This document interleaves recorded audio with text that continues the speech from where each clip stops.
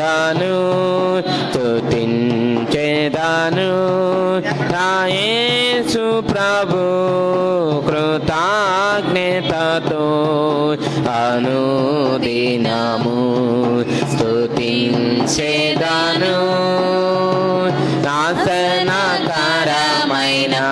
పాపగుంట నుండి నరక వేద నుండి నాశనకరమైన పాపగుంట నుండి నరక వేద నుండి నన్ను విడిపించి నిలిపిన దేవా నిర్మల స్వరూపా నన్ను విడిపించి నిలిపిన దేవా నిర్మల స్వరూపా నిధి సమాధానం సంతోషముతో నిత్యాశివము నాకిచ్చితివి నిధి సమాధానం సంతోషముతో నిత్యాశివము నాకిచ్చితివి స్తుతించేదాను స్తుతి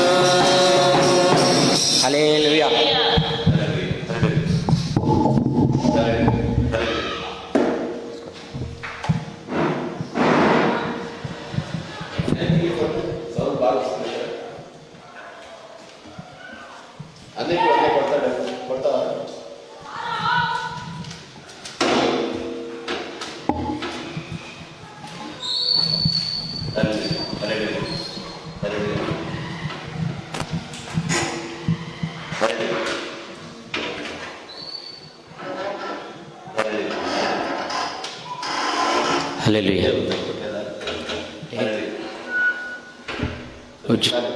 ఉజ్జికెత్తిన పాటల పుస్తకంలో నుండి 260 నంబర్ పాట పాడుకుందాం. 260 నంబర్ పాట పాడుకుందాం.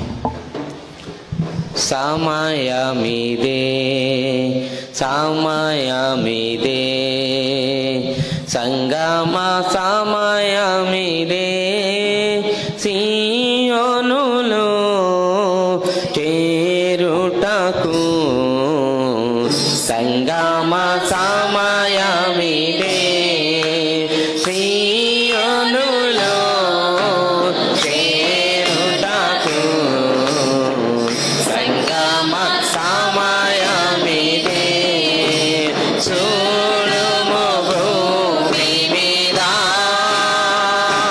పాప చీకటి కమ్మియున్నది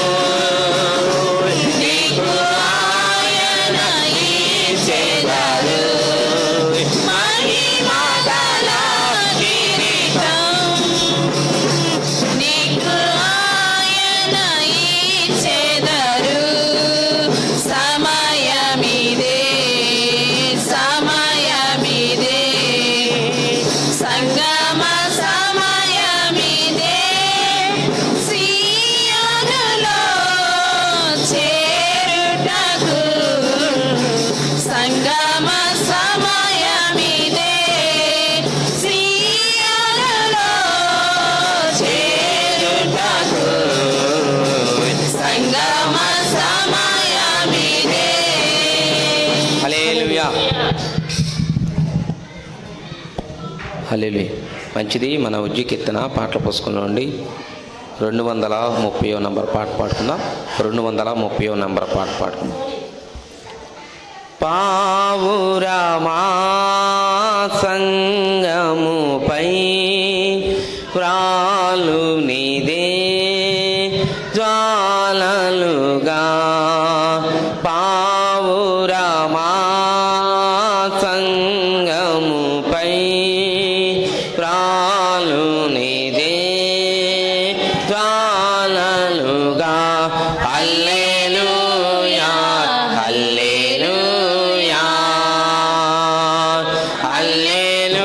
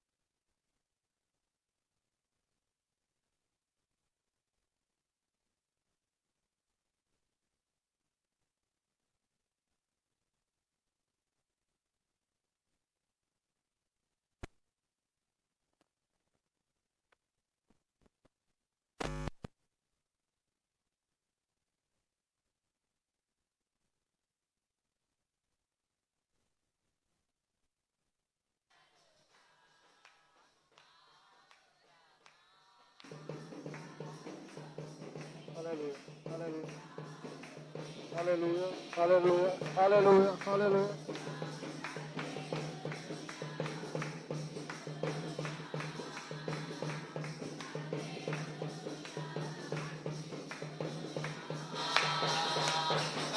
Hallelujah, hallelujah, hallelujah,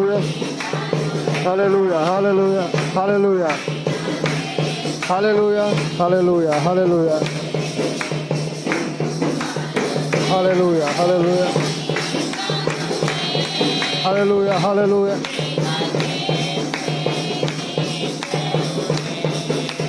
Hallelujah, hallelujah,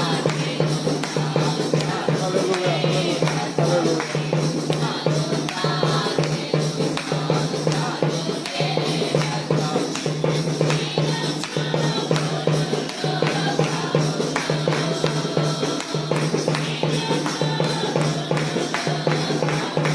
Hallelujah, hallelujah.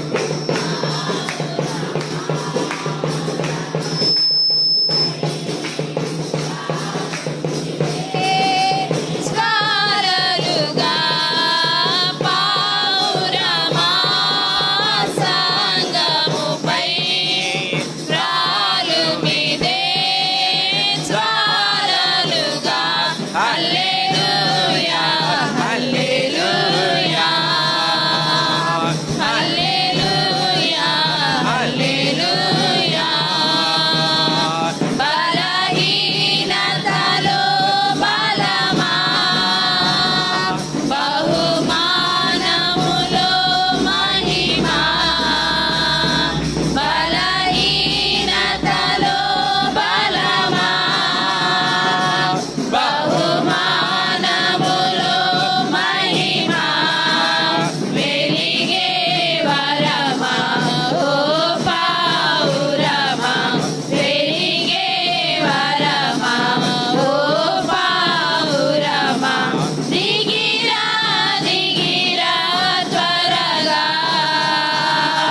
దిగిరా దిగిరా త్వరగా పౌరమా సంగముపై వ్రాలు మీదే స్వాలలుగా పౌరమా సంగముపై వ్రాలు మీదే స్వాలలుగా హల్లెలూయా హల్లెలూయా హల్లెలూయా హల్లెలూయా హల్లెలూయా హల్లెలూయా హల్లెలూయా. హల్లెలూయా హల్లెలూయా మంచిది. మన ఉజ్జు కీర్తన పాటల పుస్తకంలో హల్లెలూయా హల్లెలూయా 277 నంబర్ పాట పాడుకుందాం. హల్లెలూయా. 277 నంబర్ పాట పాడుకుందాం. షారును ఫలములు పూచిన పుష్పమా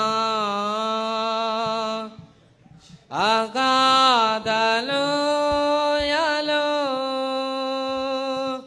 దాగిన పద్మమా ప్రియ సంగమా ప్రియ సంగమా ప్రియ సంగమా ప్రియ సంగమా చారును ఫలములు పూసిన పుష్పమా అగాధలోయలో దాగిన పద్మమా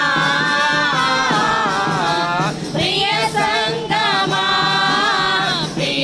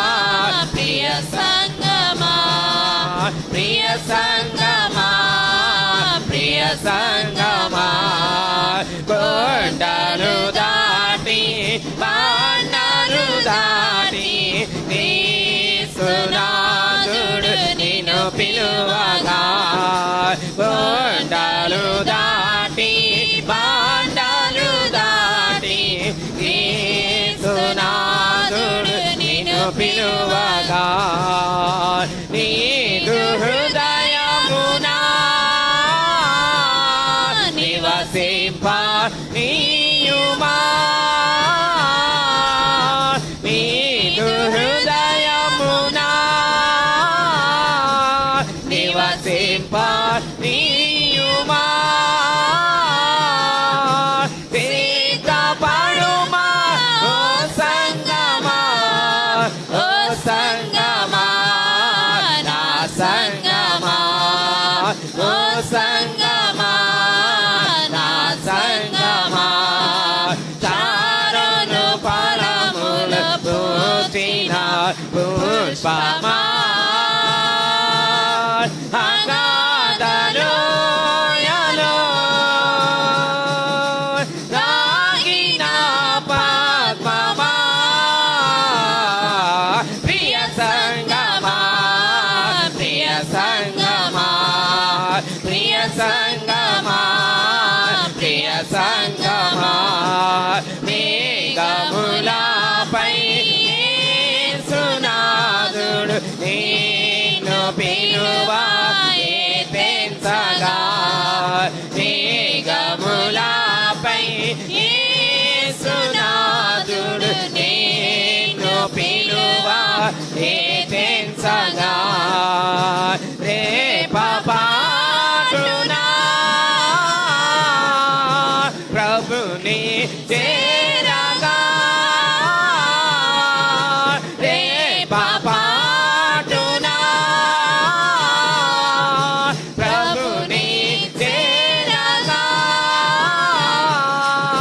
సిద్ధపడుమా ఓ సంగమా ఓ సంగమా నా సంగమా ఓ సంగమా నా సంగమా శారును ఫలములు పూచిన పుష్పమా అగాధలోయలో దాగిన పద్మమా ప్రియ సంగమా ప్రియ సంగమా ప్రియ సంగమా ప్రియ సంగమా హల్లెలూయా.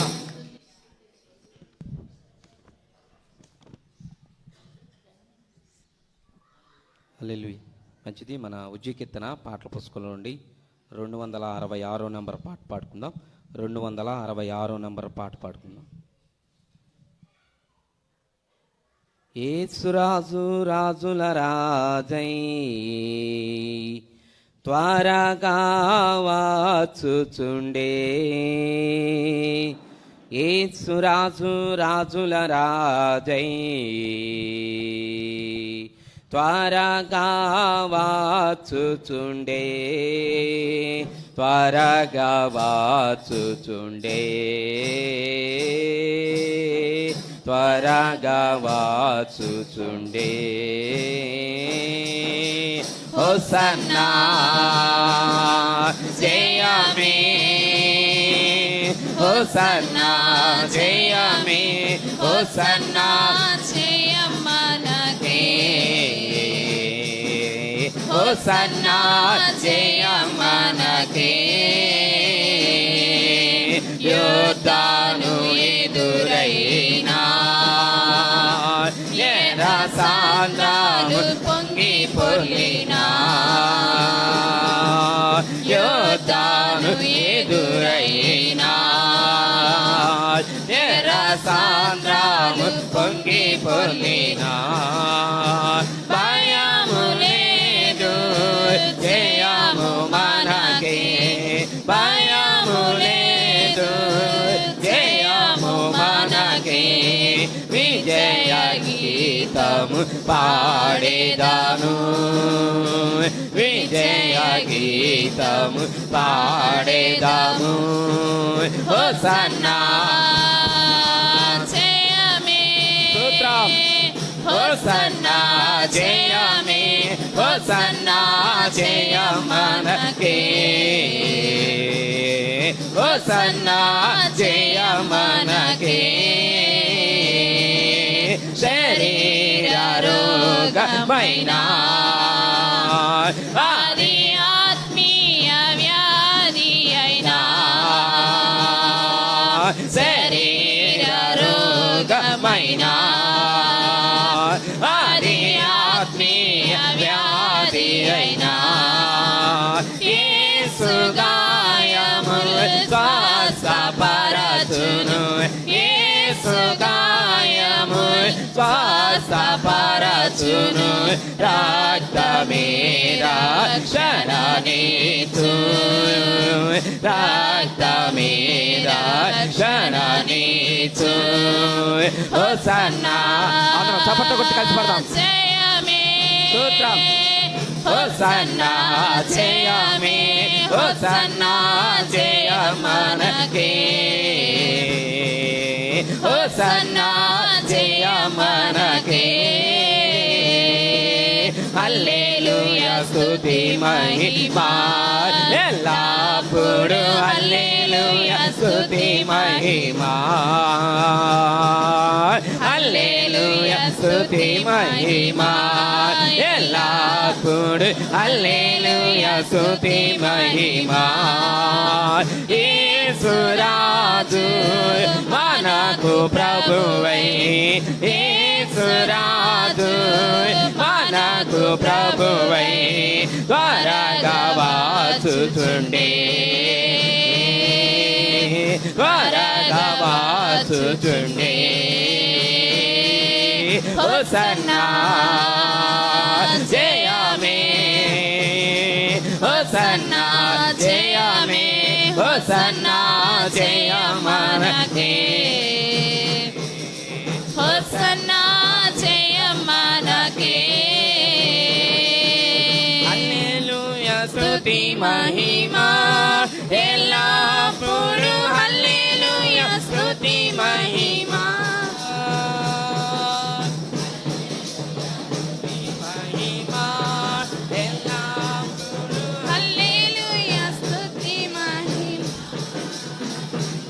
హల్లెలూయా.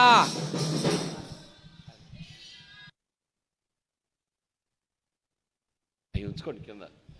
హల్లెలూయా. దేవుని ఘననామమునకు స్తోత్రములు. ప్రభువైన అక్కడే ఉంచి కొంచెం దిప్పు కొంచెం చాలు. ప్రభువైన యేసుక్రీస్తు పేట మీ అందరికీ కూడా నా యొక్క వందనాలు చెల్లిస్తున్నానండి. యెహెజ్కేలు గ్రంథము 17వ అధ్యాయము 22 వచనాన్ని మనము చదువుకుందామండి. 23 కూడా చదువుకుందాము. చదవాలని ప్రభుపేట కోరుతూ ఉన్నాను. మరియు ప్రభువైన యెహోవా ఈ మాట సెలవిచ్చుచున్నాడు.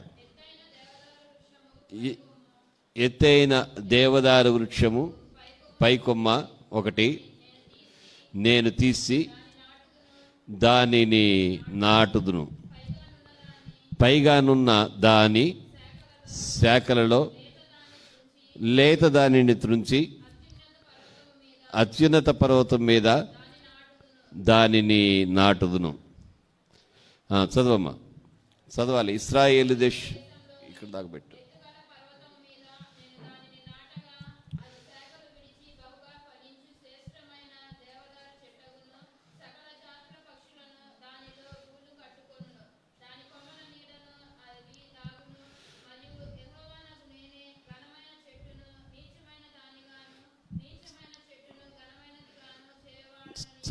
చాలండి, ప్రార్థన చేసుకుందాం.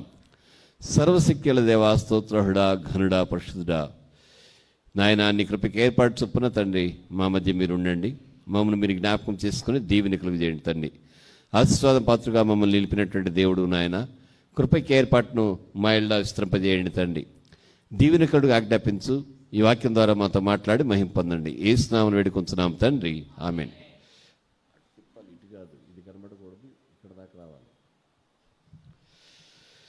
చదవండి లేఖన భాగము యెహెజ్కేలు గ్రంథము 17వ అధ్యాయము 22 మరియు 23 వచనములు.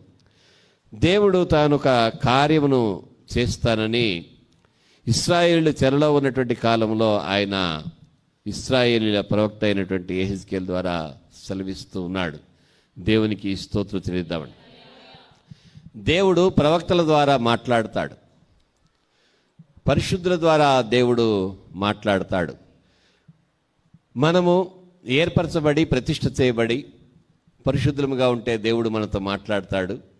అలాగే దేవుడు మాట్లాడినప్పుడు మనము పరిశుద్ధతలోనికి నడవాలి. దేవునికి స్తోత్రం చెల్లిద్దామండి. ఎలాగంటే యెహోషువ గ్రంథము 3వ అధ్యాయంలో చెప్పబడినటువంటి మాట ఏమనగా, రేపు యెహోవా మీ ఎదుట ఆయన అద్భుత కార్యము చేయును గనుక మిమ్మును మీరు పరిశుద్ధపరచుకున్నాడని ఆజ్ఞను దేవుడు ఇచ్చాడు. దేవునికి స్తోత్రిద్దాం. అంటే దేవుని మాటను బట్టి, మన ప్రభువును రక్షకుడైనటువంటి యేసుక్రీస్తు యొక్క రక్తమును బట్టి మనం పవిత్రులమవుతాం, పరిశుద్ధులమవుతాం. పరిశుద్ధాత్మ నింపుదల కలిగిన తర్వాత ఇక ఎన్నటికీ కూడా పరిశుద్ధమైనటువంటి జీవితాన్ని మనం గడపాలి, కానీ అపరిశుద్ధతలోనికి అపవిత్రతలోనికి మనం వెళ్ళకూడదు. దేవుడు ఇశ్రాయేలు జనాంగం ఇక్కడ ఒక దేవదారు వృక్షంగా ఆయన పోలుస్తూ ఉన్నాడు. దేవునికి స్తోత్రం చెల్లిద్దాం. దేవుని ప్రజలు కొన్ని వృక్షాలుగా వారు చెప్పబడ్డారు. లేఖనాల్లో రాయబడింది, నీతిమంతులు ఏ వృక్షంతో పోల్చబడ్డారు? ఖర్జూర వృక్షం వలె పోల్చబడ్డారు, మొవ ఈదురు అని కూడా రాయబడినది.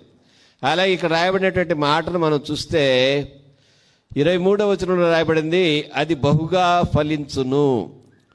ఎలాగంట? శాఖలు కలిగి శాఖలు విడిచి బహుగా ఫలించేదై ఉండి, ఇట్టిదేముందంటే శ్రేష్టమైనటువంటి దేవదారు చెట్టు అగును. శ్రేష్టమైనటువంటి ఈవులను గూర్చి, శ్రేష్టమైనటువంటి వాటిని గురించి హెబ్రీ పత్రిక మాట్లాడుతూ ఉంది. సంఘం అనేది శ్రేష్టమైనదిగా ఉండాలని ప్రభుపేట నేను మీకు మనవి చేస్తున్నా. దేవునికి స్తోత్రం చెల్లిద్దామండి. ఏదో మనము ఆత్మ పొందాము, వాక్యాన్ని ఎరిగి ఉన్నామని అంటే దేవుని దగ్గర అది చెల్లదు. మీరు అడగవచ్చు, ఎలాగూ దానికి ఆధారం ఏమైనా ఉందా అని. ప్రభువైన యేసుక్రీస్తు ఆయన మాట్లాడినప్పుడు ఒక ఉపమానం ఆయన చెప్పాడు. ఆ దినాన్ని అంటారంట, ప్రభువా మేము నీ నామమున దెయ్యములను వెళ్ళగొట్టలేదా అంటే, ప్రభు ఏమన్నా అంటే, ప్రభువా అని నన్ను పిలిచేటటువంటి ప్రతివాడు కూడా పరలోక రాజ్యంలో ప్రవేశింపడం, పరలోకమందున్నటువంటి నా తండ్రి చిత్త ప్రకారము చేయువాడే. తన మాట ద్వారా, తన ఆత్మ ద్వారా దేవుడు ఏం చేస్తాడంటే తన యొక్క చిత్తమును ఆయన బయలుపరుస్తాడు. దేవునికి స్తోత్రం. పరిశుద్ధాత్మ పూర్ణులైనటువంటి వారు మరి ఎక్కువగా దేవుని యొక్క చిత్తాన్ని వారు ఎరిగినటువంటి వారిగా ఉండాలి. ఈ దేవదారు వృక్షము నాటబడింది ఎక్కడంటే, ఎత్తైనటువంటి దేవదారు వృక్షపు పై కొమ్మ. చెట్టు ఎత్తైందే. ప్రభువైన యేసుక్రీస్తుతో పర్వతాన్ని ఎక్కడము గొప్ప విషయము. ఆయన వారిని ఏం చేశాడంటే, మిగుల ఎత్తైన అటువంటి ఒక పర్వతం మీదకి వారిని తోడుకొని పోయి వారి ఎదుట ఆయన రూపాంతరము పొందెను. దేవునికి స్తోత్రిద్దామండి. అనగా ఆత్మీయ స్థితిలో అంతకంతకు మనము ఉన్నత శిఖరాలకు వెళ్ళాలి, కానీ ఆ ఆత్మ పొందుకున్న తర్వాత, పరసంబంధమైన ఈవులు పొందుకున్న తర్వాత, ప్రవచన వరాన్ని పొందుకున్న తర్వాత మనము కిందికి దిగిపోకూడదు. దేవునికి స్తోత్రాన్ని చెల్లిద్దామండి. మోషే జీవితాన్ని చూడండి. ఆయన మొదట హోరేబు పర్వతాన్ని ఎక్కాడు, తర్వాత సీనాయి పర్వతాన్ని ఎక్కగలిగిన వాడిగా ఆయన ఉన్నాడు. అలాగే అమాలేకుల యుద్ధ కాలమందు ఆయన ఆ యొక్క పర్వతం మీద ఉండి ఇశ్రాయేలు కొరకు విజ్ఞాపన చేస్తూ ఉన్నాడు. చివరికి ఆయన తన మరణకాలమందు కూడా పర్వతం మీదనే దేవునితో ఉన్నట్లుగా లేఖనాల్లో చూస్తున్నాం. దేవునికి స్తోత్రిద్దామండి. జీవితం అంతా కూడా ఆయన పర్వతము మీద దేవునితో ఆయన గడిపిన వాడుగా మోషే ఉన్నాడు. దేవునికి స్తోత్రిద్దామండి. ఇది ఎత్తైనటువంటి దేవదారు వృక్షపు పైకొమ్మ ఒకటి ఆయన తుంచి 23వ వచనంలో రాయబడింది, ఇశ్రాయేలు దేశంలోని ఎత్తుగల పర్వతం మీద నేను దానిని నాటుదును. దేవునికి స్తోత్రం చెల్లిద్దామండి. అంటే దేవుడు కార్యం చేసేటటువంటి వాడు. దేవుడు ఏం చేస్తాడు చెప్పండి? కార్యమునైన చేస్తాడు. నాటే పని దేవునిది. సాతాను కూడా నాటుతాడు, కానీ వాడు గురుగులను నాటుతాడు. అవి అగ్ని కొరకు. దేవునికి తెలియదా అంటే తెలుస్తుంది. కొన్నిసార్లు మనం చెల్లుబాటు అవుతాం, కానీ ఇక్కడే చెల్లుబాటు అవుతాం. ప్రభు అంటాము, దెయ్యాలు వదిలగొడతాము, అద్భుతాలు చేస్తాము. నీ పేరిట మేము అద్భుతములు చేయలేదా అంటే మీరెవరో నాకు తెలియదు అంటాడు ఆయన. పరలోకంలో చెల్లుబడేలాగా భక్తి ఉండాలి, కానీ ఏదో పక్కింటి వాళ్ళు వింటున్నారని మాట్లాడితే కుదరదండి. జ్ఞాపకం ఉంచుకోండి. భక్తి ఎక్కడ చెల్లుబాటు కావాలి? Dollar all over the world చెల్లుబాటు అవుద్ది. ఏమండి, నువ్వు డాలర్ నీ దగ్గర ఉండేలాగా చూసుకొని అమెరికా ప్రయాణం నువ్వు పెట్టుకోవాలి. గవర్నమెంట్కి చెప్పుకోవాలి, నాకు డబ్బు కావాలి, ఫలాని పని మీద వెళ్తుంటే మనం వెళ్ళే పనిని బట్టి వాళ్ళు మనకి ఆ డాలర్లు ఇస్తారు, దానికి ప్రతిగా మనం రూపాయలు ఇవ్వాలి. అలాగే ఈ జీవితాంతంలో మనము పరలోకంలో వెళ్ళాలంటే ఇక్కడే మనము ఆ ధనాన్ని, పరలోక సంబంధమైనటువంటి శ్రేష్టమైన ఈవైనటువంటి పరిశుద్ధాత్మను మనం కలిగిన వారమై ఉండాలి. లేఖనాల్లో వ్రాయబడింది కదా, ఆత్మయే జీవింప చేయునది. దేవునికి స్తోత్రాన్ని చెల్లిద్దామండి. దేవునికి స్తోత్రాన్ని చెల్లిద్దామండి. ఇక్కడ చూస్తే ఇది ఎత్తైన దేవదారు వృక్షము, నాటబడింది కూడా దేశంలోనే ఎత్తైన పర్వతం అంట. దేవునికి స్తోత్రం. ఇక దేశమంతట్లో అదే ఎత్తైనటువంటి పర్వతం. ప్రపంచానికి మధ్యగా ఉండేటటువంటి మధ్యధరా సముద్రం అని దాన్ని అందుకే అన్నారు. ఆ మధ్యధరా సముద్రపు ఒడ్డున ఉన్నటువంటి ఇశ్రాయేలు దేశంలో యేసయ్య పుట్టి ఉన్నాడు. దేవునికి స్తోత్రం చెల్లిద్దాం. ఇశ్రాయేలు జనాంగాన్ని ఆయన ఏర్పాటు చేసుకున్నాడు. దేవుడు కొన్ని స్థలాలను ఏర్పాటు చేసుకుంటాడు. ఆ స్థలం ఎలా ఉండాలో కూడా ఆయన చెప్తాడు. కొంతమంది ప్రజలను దేవుడు ఏర్పాటు చేసుకుంటాడు, వాళ్ళు ఎలా ఉండాలో కూడా ఆయన వారికి తెలియజేస్తాడు. ఉదాహరణకి పరిశుద్ధాత్మని ఇవ్వడానికి ఏదో ఒక ఇంట్లోకి వెళ్ళమని యేసే చెప్పలేదు, కానీ మేడగదిలోనికి వెళ్ళమని ఆయన శిష్యులకు ఆజ్ఞాపించి ఉన్నాడు. దేవునికి స్తోత్రిద్దాం. ఆ మేడగది ఎట్టిదంటే, మేడగది కాదు, అక్కడ క్రొత్త నిబంధన చేయబడింది. దేవునికి స్తోత్రిద్దాం. అక్కడ క్రొత్త నిబంధన చేయబడింది.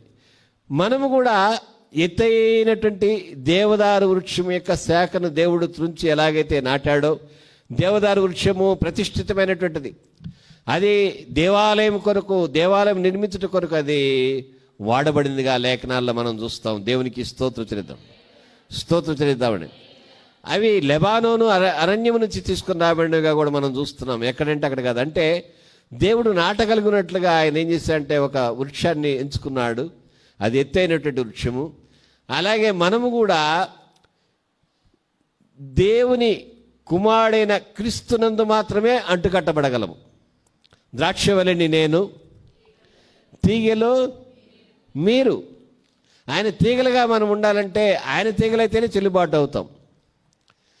ఆయన నాటిన కొమ్మ కనుకే ఈ యొక్క దేవదారు ఏమైందంటే ఫలించేదిగా ఉంది. దేవునికి స్తోత్రం. ఎలా ఉంది? ఫలించేదిగా ఉంది.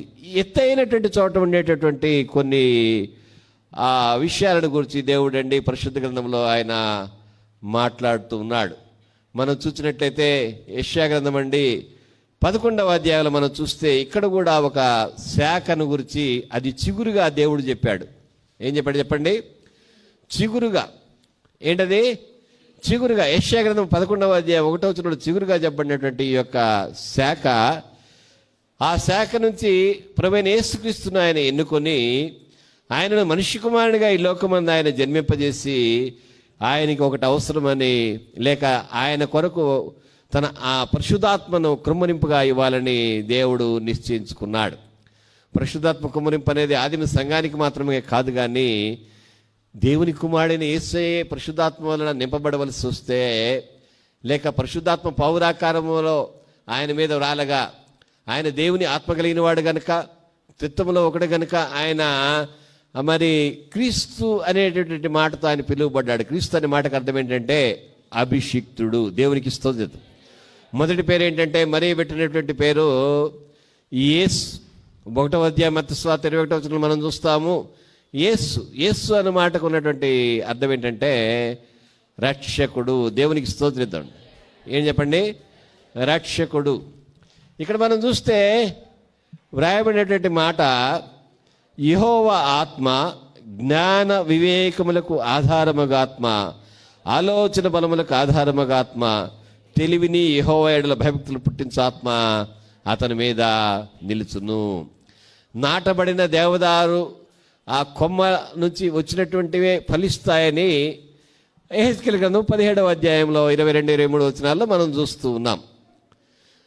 అలాగే మనము కూడా క్రీస్తు ఎలాగైతే జ్ఞాన వివేకములు గల దేవుని యొక్క పరిశుద్ధాత్మను పొందుకున్నాడో సంఘము కూడా విత్తనం వేరుగా ఉండదు, చెట్టు వేరుగా ఉండదు, చెట్టు వేరుగా ఉండదు, దాని ఫలం వేరుగా ఉండదు.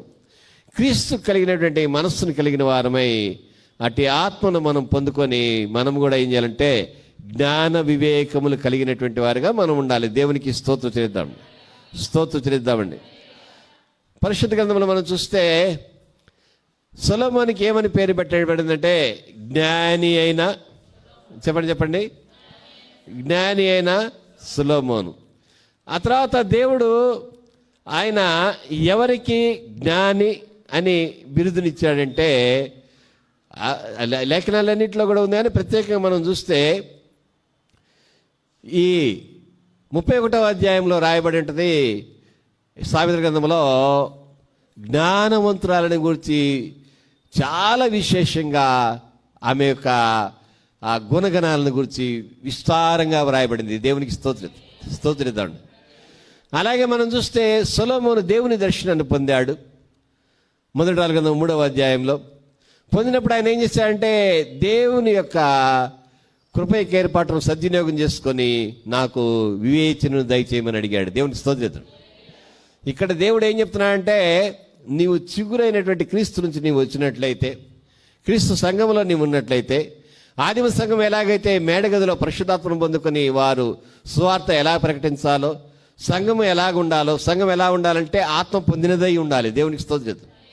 దేవుని ఆశ్చర్యకార్యమును అద్భుత కార్యమును ఎరిగినదై ఉండాలి. దేవునికి స్తోత్రం. మనమే దేవుని యొక్క ఒక అద్భుతంగా ఉండాలని దేవుని సేవకునిగా నేను మీకు లేఖనాలను బట్టి తెలియజేస్తున్నా. దేవునికి స్తోత్రం చెల్లిద్దామండి. ఇప్పుడు ఏదైనా పోస్ట్ చూస్తే మనం ఏం చేస్తామంటే నైస్ అని, ఇది వాట్సాప్ కాదు ఫేస్బుక్లో ఏం చెప్తాము? నైస్ అని, వెరీ నైస్ అని, అమేజింగ్ అని, వండర్ఫుల్ అని ఇవన్నీ మనం పెడతా ఉంటాం కదా.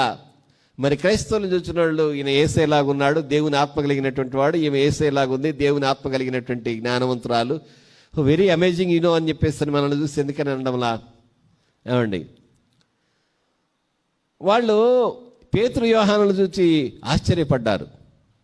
దేవునికి స్తోత్రిద్దాం. యేసయ్యను చూసి అందరూ కూడా ఆశ్చర్యపడ్డారు. ఏంటి మనకు తెలుసు కదా అని అనుకున్నారు. అంటే దేవుని ఆత్మ కలిగి నీవు కార్యాలు చేసేటప్పుడు ఏమవుతుందంటే అందరూ కూడా ఆశ్చర్యానికి భయానికి లోనవుతారు. దేవునికి స్తోత్రిద్దామండి. మొదట మనకి అది డిజర్నింగ్ స్పిరిట్ ఉండాలి, వివేచించేటటువంటి వివేచన ఆత్మ.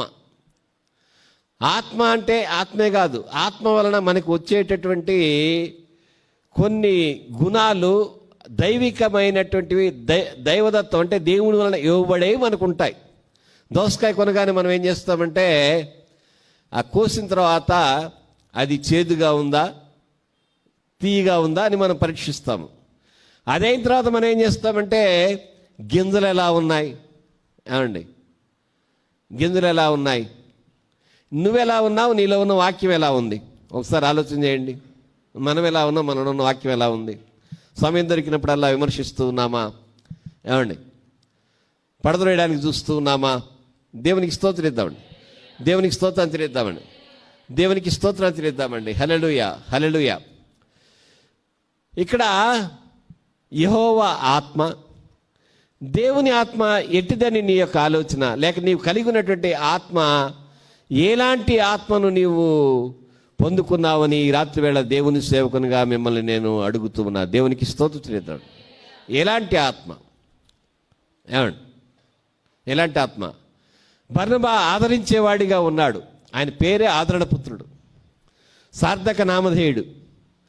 పౌలుని అందరూ కూడా సూటిపట్టి మాట్లాడుతూ ఉన్నారు. ఈయన అక్కడ చాలా చేసి వచ్చాడు, ఈయన అక్కడ చాలా చేసి వచ్చాడు, ఈయనని నమ్మడానికి లేదంటే ఆయన ఏమన్నాడంటే ఇతడు దర్శనం కలిగిన వాడని సంఘానికి ఆయన సాక్ష్యం ఇచ్చాడు. దేవునికి స్తోత్రం చెల్లిద్దాం, స్తోత్రం చెల్లిద్దామండి, స్తోత్రం చెల్లిద్దామండి. మనము పొందిన ఆత్మను బట్టి సంఘంలో కొన్ని కార్యాలను మనము చేయాలండి, కొన్ని కార్యాలను మనము చేయాలి. దేవునికి స్తోత్రం స్తోత్రిద్దామండి. అంతేగాని ఊరికి ఆత్మ పొందుకున్నానని నీకు నీవే సంతోషపడితే దేవునికి మన యందు సంతోషం ఉండదు. ఆత్మ సంబంధమైనటువంటి కార్యములనండి మనమండి అధికంగా చేయడానికి దేవుడు కృపను గ్రహించేవాడైనాడు. నమ్మి దేవునికి స్తోత్రిద్దాం. కార్యాలు చేయాలంటే శక్తి కావాలి.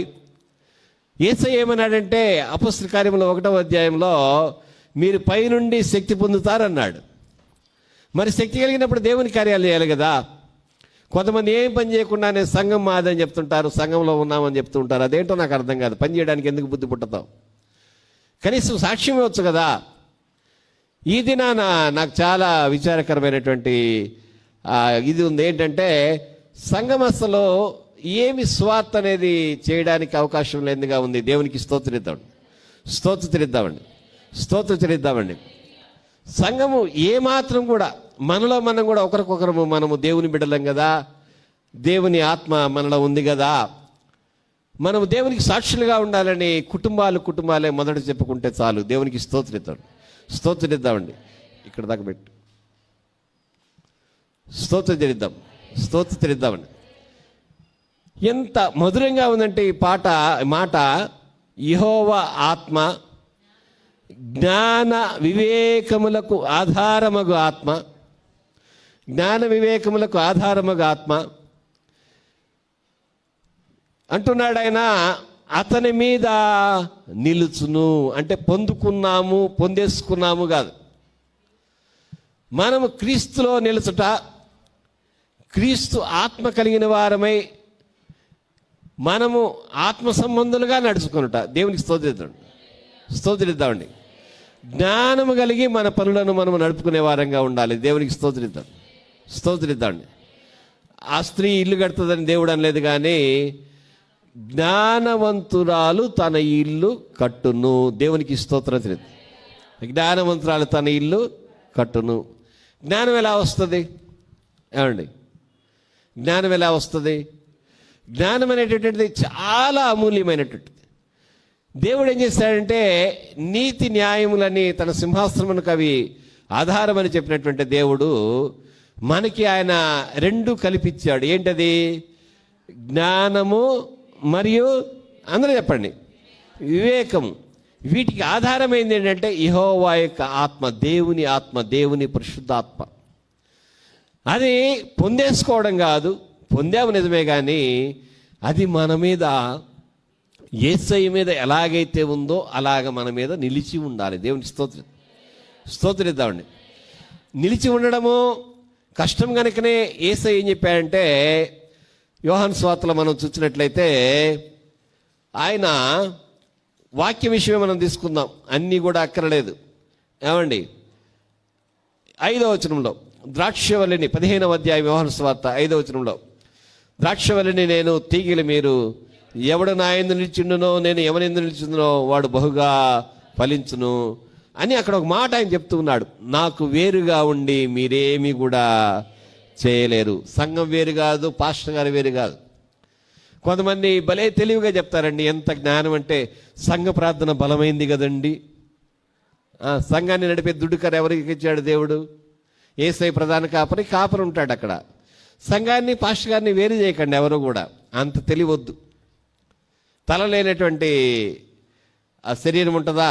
తల వేరు కాదు ఏమండి, తల వేరు కాదు, శరీరం వేరు కాదు. అసలు దీనికి శిరస్సు యేసయ్య, కాపరి ఆయనే, సేవకులు అలా. ఇప్పుడు అంటాడు దావీదు నేను సేవకుడిని చెప్పుకున్నాడు. వాళ్ళు రాజాంతపురంలో పనిచేస్తున్నటువంటి వాళ్ళు ఆయన బల దగ్గర కనిపెట్టుకునే వాళ్ళని ఆమె ఏమంటుందంటే నీ దగ్గర నిలిచి ఉండి నీకు పరిచయం చేస్తున్నటువంటి నీ సేవకులు ఎంతో ధన్యులు. దేవునికి స్తోత్రం. సంఘంలో ఎలా ఉండాలి, కుటుంబంలో ఎలా ఉండాలంటే దేవుని ఆత్మ అంటే ఏంటో ప్రజలకు మనం తెలియజెప్పాలి. దేవునికి స్తోత్రం. పిల్లలకు మనం చెప్పాలి. భార్యాభర్తలు ఇద్దరు ఆ యొక్క సంసోను తండ్రి మాట్లాడుకున్న రీతిగా దేవుని దర్శనాన్ని గురించి దేవునికి స్తోత్రిద్దామండి. అలాగే దేవుని ఆత్మనింపుదలను గురించి ఉన్నటువంటి సంగతులను మనం మాట్లాడుకోవాలి. ఒక మాట నేను మీకు జ్ఞాపకం చేస్తా. కొన్నేళ్ళు ఏం చేశాడంటే వాక్యం వినడానికి అపొస్తలుల కార్యములు 10వ అధ్యాయంలో పేతురును యొప్పే పట్టణం నుంచి పిలిపించుకున్నాడు. వాక్యం వింటూ ఉంటున్న వారి మీదకి ఏమైందంటే పరిశుద్ధాత్మ దిగి వచ్చాడు. వాళ్ళకి పరిశుద్ధాత్మ అంటే ఏంటో తెలియవచ్చింది. అది దేన్ని బట్టి అంటే పేతురు యొక్క బోధన బట్టి. దేవునికి స్తోత్రిద్దామండి. పేతురు యొక్క బోధన బట్టి. ఇక్కడ మనం చూసినట్లయితే నా యందు ఎవడైనా కానీ నిలిచి ఉండనేళ్ళ వాడు తీగవలే బయట పారవేయబడను. ఈ ఫలించటాన్ని గురించి ఆయన ఏం చెప్పాడంటే ఆ 4వ వచనంలో చివరిలో కూడా అండి, తీగ ద్రాక్షవల్లిలో నిలిచి ఉంటేనే కానీ తనంతట తానే ఎలాగ ఫలింపదో అలాగూ నా యందు నిలిచి ఉంటేనే కానీ మీరును ఫలింపరు. దేవుడు ఏం చేస్తున్నాడంటే నిలిచి ఉండేటటువంటి ఆత్మను మనకి ఇస్తూ ఉన్నాడు. యేసయ్యకి ఇచ్చిన రీతిగా యేసయ్యపై ఆత్మ ఎలా నిలిచి ఉంది? పావురాకారం వలె. దేవునికి స్తోత్రిద్దాం. ఆయన మనం చూసినట్లయితే యేసయ్య ఉదాహరణకి మనం జ్ఞాపకం చేసుకుంటే ఈ లాజరు మార్తా మరియల ఇంటిలో వచ్చినటువంటి కష్టాన్ని బట్టి ఆయన ఏం చేశాడంటే ఆత్మలో ఆయన మూలిగాడు.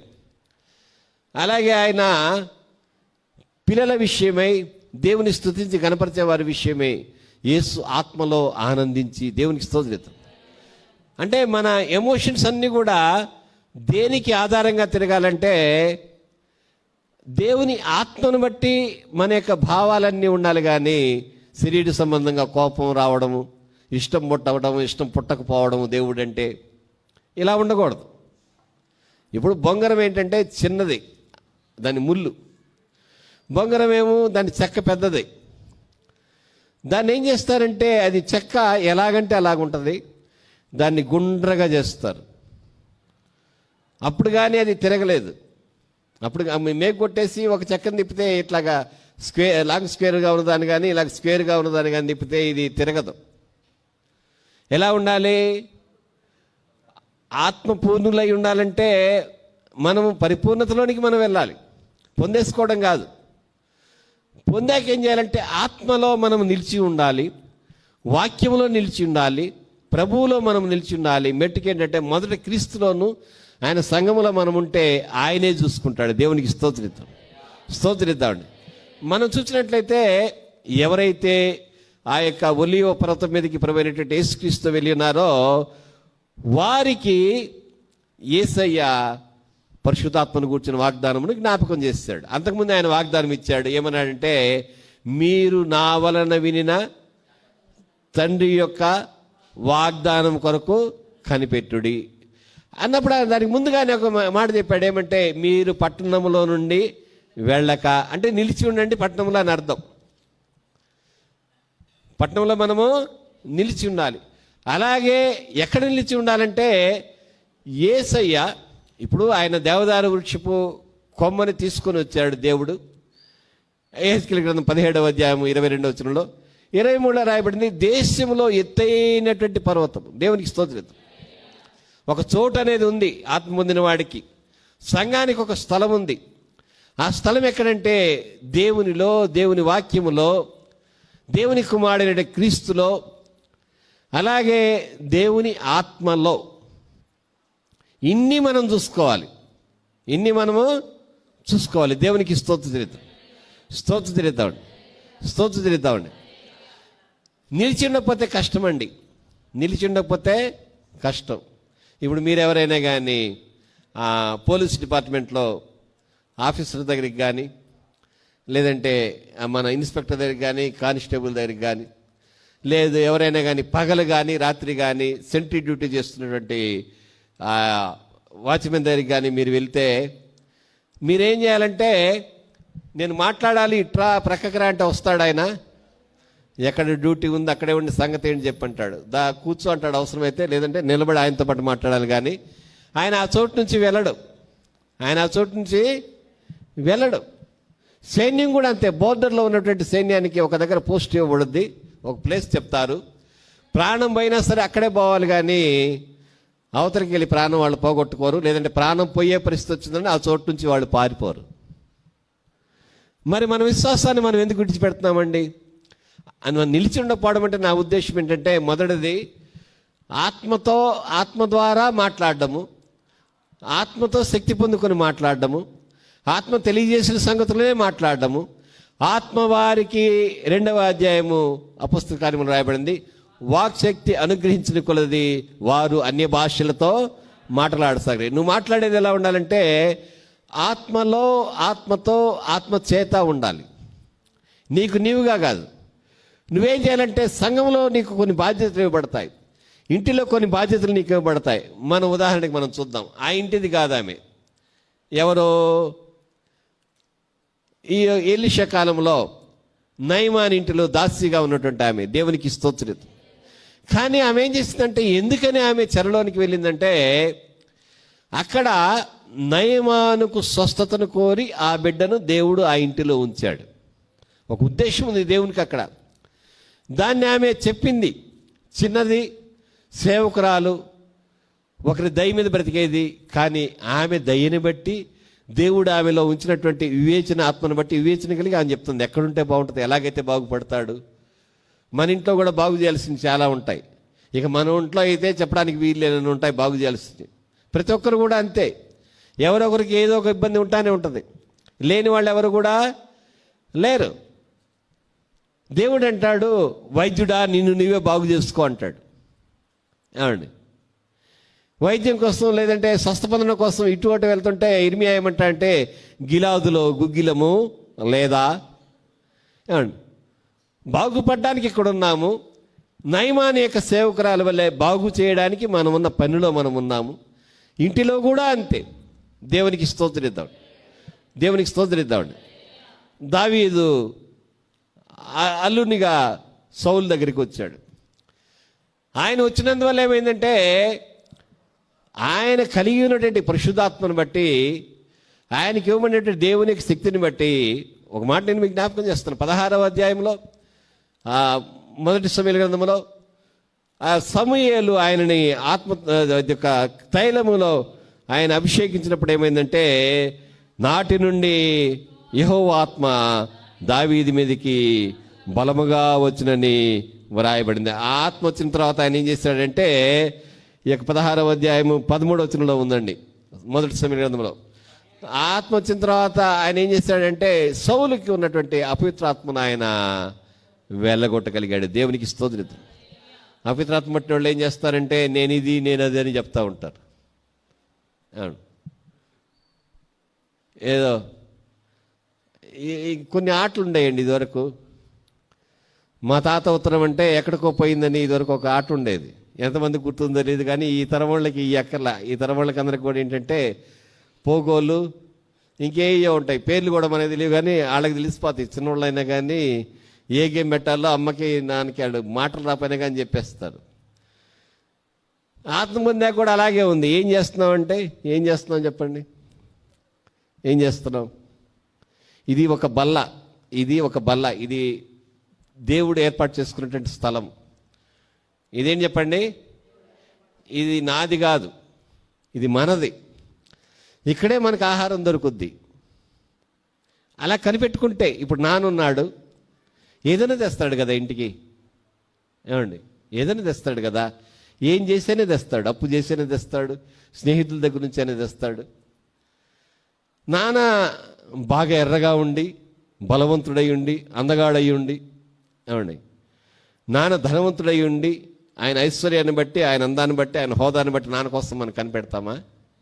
ఏమండి, ఎంతమంది మీ ప్రక్క వాళ్ళ నాన్నను చూసి ఎప్పుడన్నా ఏడ్చారండి? నేను కొంతమంది తండ్రులను జ్ఞాపకం చేసుకొని జీవితకాలంలో ఇప్పుడు పెద్దోడైపోతూ ఉన్నప్పటికి కూడా ఇప్పటికి కూడా వాళ్ళు గుర్తొస్తే నాకు కన్నీళ్ళు వస్తాయి. అలాంటి ఎమోషన్స్ ఉండాలి. ఈ బిడ్డ తండ్రిని బలపరుచున్నాయన, ఈ బిడ్డ తల్లిని బలపరచును ఆయన.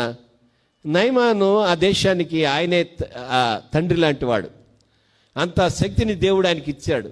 ఘనుడై ఉన్నాడు, పరాక్రమం గలవాడై ఉన్నాడు. కానీ ఆయనకు ఒక లోటు ఉంది, అది వ్యాధి. ఆయన చూసినప్పుడు ఏది లోటుగా ఉందో ఆమె కనిపెట్టగలిగింది. దేవునికి స్తోత్రం.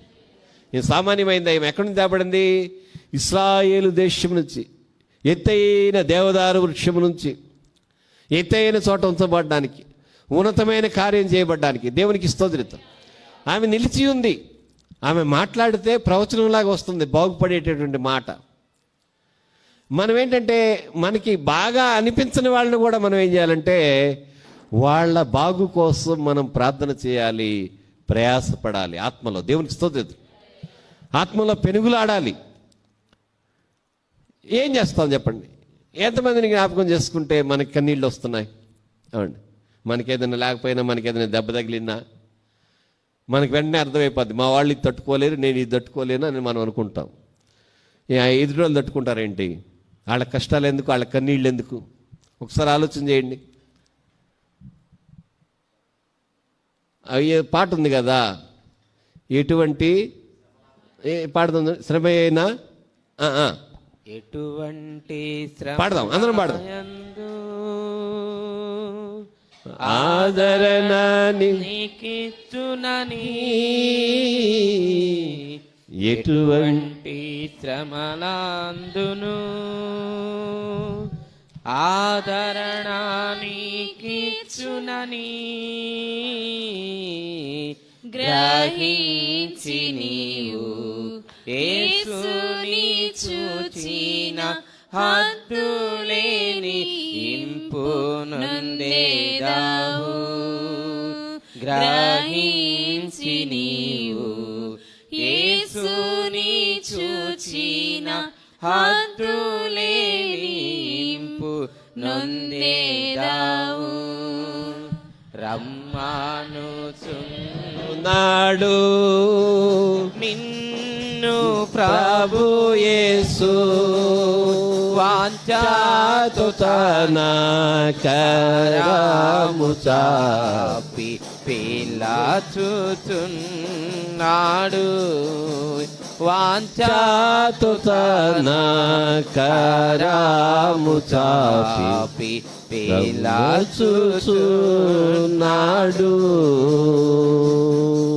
హల్లెలూయా. నిజమే కదా. ఆయన పిలిచినప్పుడు ఎందుకనంట, కన్నీరంతా తుడుచును, ఆదరణ నీకు ఇచ్చును. ఒక రాత్రి అంతా ఈ పాట పాడుకుంటూ గడిపేయచ్చు అండి. ఎంత ఆదరణ దేవుని వాక్యంలో.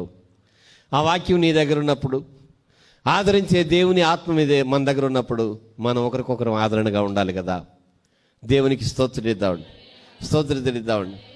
ఎన్నెన్ని గాయాలు 2020 చేసింది ఏమండి? ఇన్నెన్ని గాయాలు ఒకసారి ఆలోచన చేయండి. మనయేనా లెక్క? సంఘానికి నేను చేసే బోధ ఏంటంటే, లేఖనాల్లో వ్రాయబడింది అపొస్తలుల కార్యములు 2వ అధ్యాయంలో, కలిగినదంతా కూడా సమిష్టిగా కలిగి ఉండిరి. పక్క వాళ్ళకున్న వేదన మనకి ఉండాలి, వారికున్న కన్నీరు వారి విషయం మనకి కూడా. ఒక కుటుంబం నీతో పాటు క్రీస్తు రక్తంలో కొనబడిన వాడు, క్రీస్తు రక్తంలో కడుగుబడినటువంటి వాడు, క్రీస్తును పోలిన వాడు, క్రీస్తును పోలిన ఆమె, వాళ్ళు వేరు కాదు. దేవునికి స్తోత్రిద్దామండి. ఒక దగ్గర ఈ మధ్యకాలంలో వరదలు వచ్చాయి. వరదలు వస్తే బస్సు వంతెన మధ్యలోకి వెళ్ళి ఇంకొక 25 వెళ్తే అవతలకి వెళ్ళిపోద్ది. కానీ వెళ్ళడానికి లేకుండా నీళ్ళు వచ్చి పడిపోయాయి. విపరీతమైన నీరు. కొద్దిసేపు అయితే ఏమవుద్దంటే ఆ నీటి ప్రవాహానికి బస్సు కొట్టుకుపోద్ది. ఊళ్ళో వాళ్ళు డేరు చేసి ఎవరో ఒక అయ్యే ఈదుకుంటా వచ్చి ఏం చేశారంటే బస్సుకి తాడు కట్టాడు, బలమైన తాడు. ఒడ్డుని ఇంకో చెట్టుకు కట్టారు. ఇప్పుడు ఆ తాడు పట్టుకొని అవతలకి వెళ్ళిపోవాలి ఒడ్డుకి. మగవాళ్ళైతే బాగా పట్టుకొని వెళ్ళిపోతారు కదా, కానీ వాళ్ళు అలా చేయలే. ఏం చేశారంటే ముందు స్త్రీలు, పిల్లలు. స్త్రీలు ఎప్పుడు తాడు పట్టుకొని దాటిన వాళ్ళు కాదు, అయినా కానీ ఏం చేస్తున్నారంటే తాడు పట్టుకొని అలాగే దాటారు. దేవుని మహాకృప. వాళ్ళు పడిపోతే కాచుకోవడానికి ఆ ప్రాంతానికి చెందినట్టు యవనస్తులు అక్కడే నీళ్లలోనే ఉన్నారు. అది నిలిచి ఉండే స్థితి కాదు. చివరికి వృద్ధులు వాళ్ళు దాటిన తర్వాత పురుషులు వాళ్ళు యవనస్తులు వెళ్ళారు. ఎవరెవరికి తెలియదు. బస్సులో వాళ్ళు అట కాదు, నేను ముందు వెళ్ళాలి, నాకు చాలా బాధ్యతలు ఉన్నాయి, ఏం లేవు అక్కడ. ఎంత ఐక్యత చూడండి. ముక్కు మొహం తెలియని వాళ్ళు సహాయం చేసుకుంటా నీళ్ళలోంచి ఒడ్డు చేరడానికి వాళ్ళ కోసం ప్రయాసపడి ప్రాణాలకు తెగించి ఆ నదిలోకి వాళ్ళు వచ్చేసారు కదా. మనకి కూడా అలాగంటే ఒడ్డెక్కించిన అనుభవం మనలో ఉండాలి.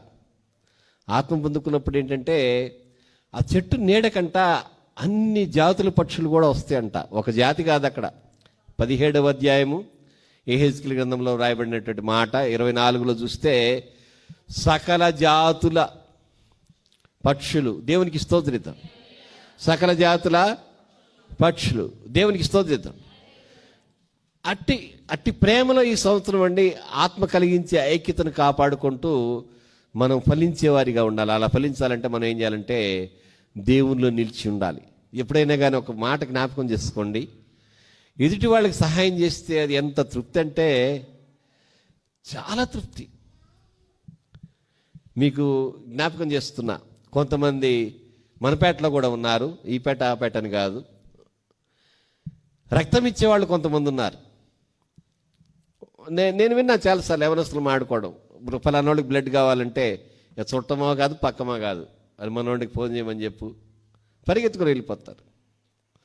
మనము రక్త సంబంధికులం అండి. దేనిని బట్టి అంటే యేసయ్యను బట్టి. దేవునికి స్తోత్రం.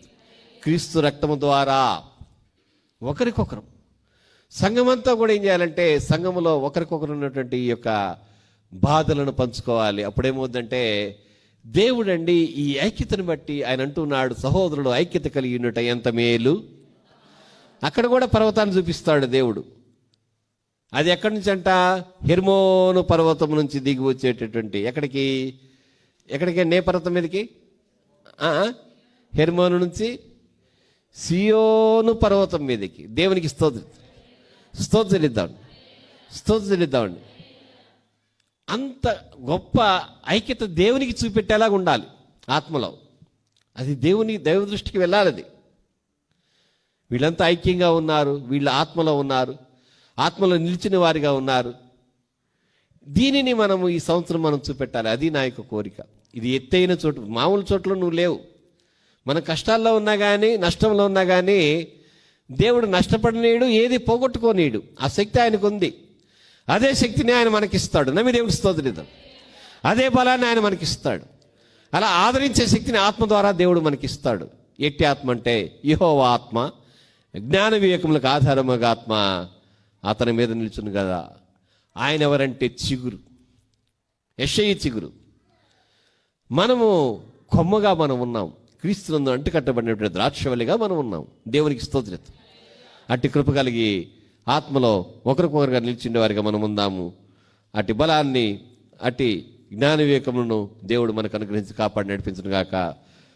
అందరం కూడా ప్రార్థన కొరకు ఆయత్తపడదామండి. దేవునికి స్తోత్రాన్ని చెల్లిద్దాం. హల్లెలూయా, హల్లెలూయా, హల్లెలూయా.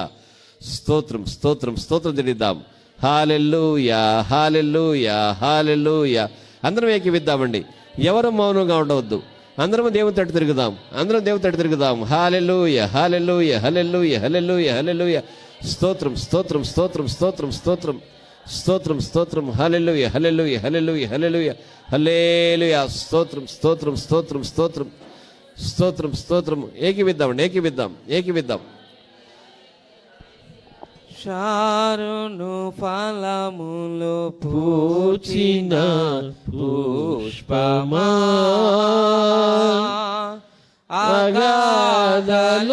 అగాధలోయలో దాగిన పద్మమా, ప్రియ సంగమా, ప్రియ సంగమా, ప్రియ సంగమా, ప్రియ సంగమా.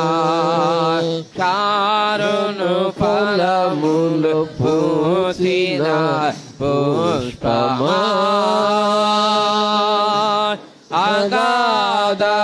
అగాధలోయలో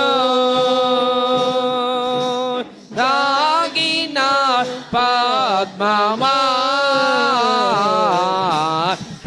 సంగమా ప్రియ సంగమా ప్రియ సంగమా ప్రియ సంగమా ఆనంద భరితం నీ హృదయం నీ ప్రేమ అపారము ఆనంద భరితం నీ హృదయం నీ ప్రేమ అపారము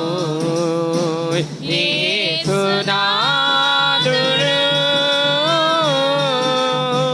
నిన్ను పిలువగా యేసునాథుడు నిన్ను పిలువగా సిద్ధపడుమా ఓ సంగమా ఓ సంగమా సూత్రం ఓ సంగమా నా సంగమా చారును ఫలములు పూచిన పుష్పమా అగాధను తాకిన పద్మమా ప్రియ సంగమా ప్రియ సంగమా ప్రియ సంగమా ప్రియ సంగమా కొండలు దాటి బాండలు దాటి యేసునాథుడు నిన్ను పిలువగా కొండలు దాటి బాండలు దాటి యేసునాథుడు నిన్ను పిలువగా నీ హృదయమునా నివసింప నీయుమా నీ హృదయమునా నివసింప నీయుమా సిద్ధపడుమా ఓ సంగమా ఓ సంగమా సూత్రం సూత్రం నా సంగమా ఓ సంగమా నా సంగమా చారును ఫలములు పూచిన పుష్పమా అగాధలోయలో నాగిన పద్మమా ప్రియ సంగమా ప్రియ సంగమా ప్రియ సంగమా ప్రియ సంగమా మేఘములపై యేసునాథుడు నిన్ను పిలువా తెంచగా మేఘములపై యేసునాథుడు నిన్ను పిలువా తెంచగా రేపపాటునా ప్రభుని చేరగా రేపపాటునా ప్రభుని చేరగా సిద్ధపడుమా ఓ సంగమా ఓ సంగమా నా సంగమా ఓ సంగమా నా సంగమా చారును ఫలములు పూచిన పుష్పమా అగాధలోయలో నాగిన పద్మమా ప్రియ సంగమా ప్రియ సంగమా ప్రియ సంగమా ప్రియ సంగమా కొండలు దాటి బాండలు దాటి యేసునాథుడు నిన్ను పిలువగా కొండలు దాటి బాండలు దాటి యేసునాథుడు నిన్ను పిలువగా నీ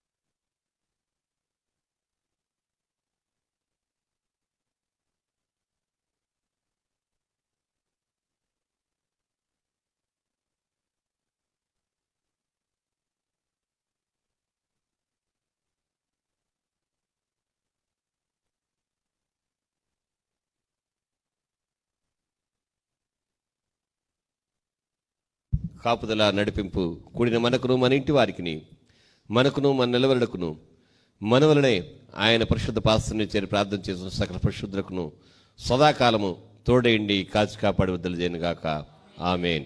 అందరికీ వందాలండి. దేవుని కృప మీకు తోడై ఉండును గాక.